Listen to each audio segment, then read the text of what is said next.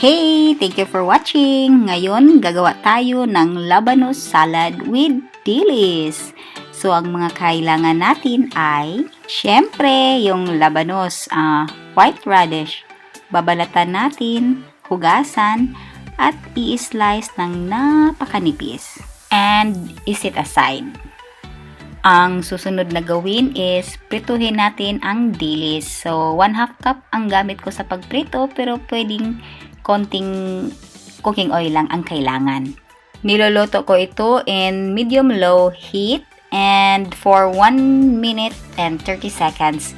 Pero depende na yan sa inyo. So, lutuin nyo lang hanggang sa mag-golden brown. Huwag lang sunog kasi mapait. Tapos, isit aside.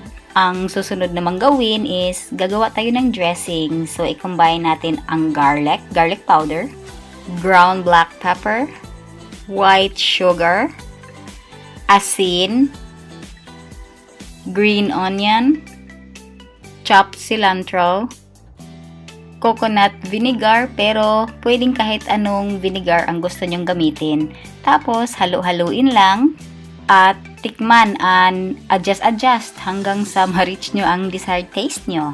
Tapos, isit aside. Kunin ang labanos at ilagay ang pritong dilis.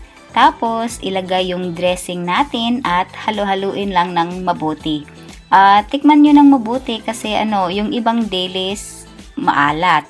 Pero ito nabili ko, perfect. Tapos, pwede nyo ding lagyan ng sili para maanghang.